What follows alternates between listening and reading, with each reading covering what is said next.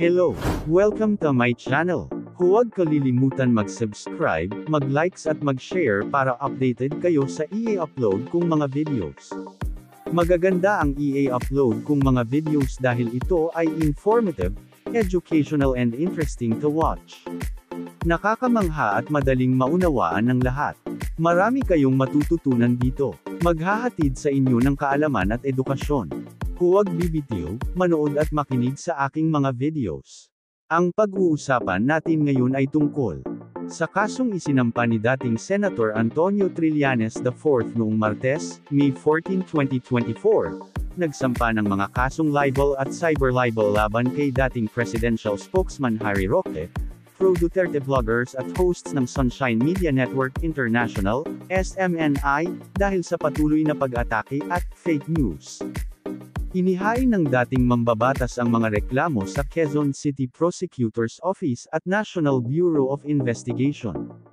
Sinabi ni dating Senador Sonny Trillanes na isinampa niya ang mga reklamo laban kina Roque at Banatbay dahil sa akusasyon sa kanya ng pamimigay ng Scarborough Shoal sa China noong Back Channel Talks noong 2012.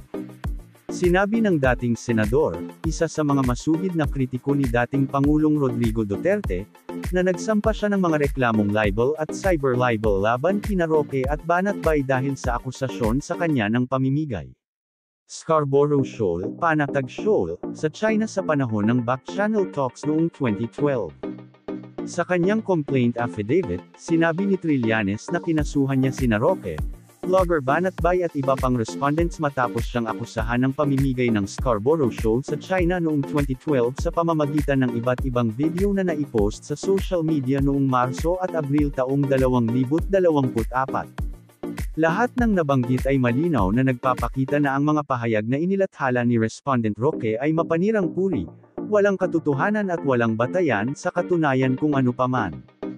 Ang kanyang mga pahayag ay direktang inaakusahan ako ng brokering isang back-alley deal sa nomenclature ng isang lihim na kasunduan, sa isang dayuhang gobyerno at pagbibitiw sa isang bahagi ng ating pambansang teritoryo na may masamang motibo. Malisyosong impeach ng respondent ang aking mabuting pananampalataya at pinakakagalang-galang na mga motibo bilang senador ng Republika, na sinisiraan ang aking pagkatao, integridad, at reputasyon. Ang video ay naipublish na may malisyosong layunin na bigyan ng publiko ng impresyon na ako ay naging hindi tapat sa aking bansa at ipinagkanulo ang mga interes nito, at sa gayon ay inilalantad ako sa pampublikong pangungutya, paghamak at puot, dagdag nito. Ipinunto din ni Trillanes na ang mga kasong libel at cyber libel ay nasa batas ng mga limitasyon, na binanggit ang isang kamakailang desisyon ng Korte Suprema sa Res Eta ng cyber libel. Ang Korte Suprema ay minsan at para sa lahat ay nagpasya sa Kozeng vs. People na ang krimen ng cyber libel ay nag-uutos sa 1 taon mula sa pagkakatuklas nito ng nasaktang partido, ng mga awtoridad, o ng kanilang mga ahente. Ang prescriptive period ay maaaring mabilang mula sa paglalathala ng libelos na bagay lamang kapag ito ay tumutugma sa petsa ng pagkatuklas ng nasaktang partido, ng mga awtoridad, o ng kanilang mga ahente. Ang iba pang mga reklamo na isinampa ni Trillanes ay ang isang hiwalay na reklamo ay isinampa din laban sa isang Guillermo Barrido at SMNI hosts at executives para sa pagpapalabas ng isang panayam kung saan si Barrido ay paulit-ulit na sinasabing, sinubukan ng dating senador na hikayatin at bayaran siya upang maging isang pekeng saksi laban sa dating Pangulong Rodrigo Duterte.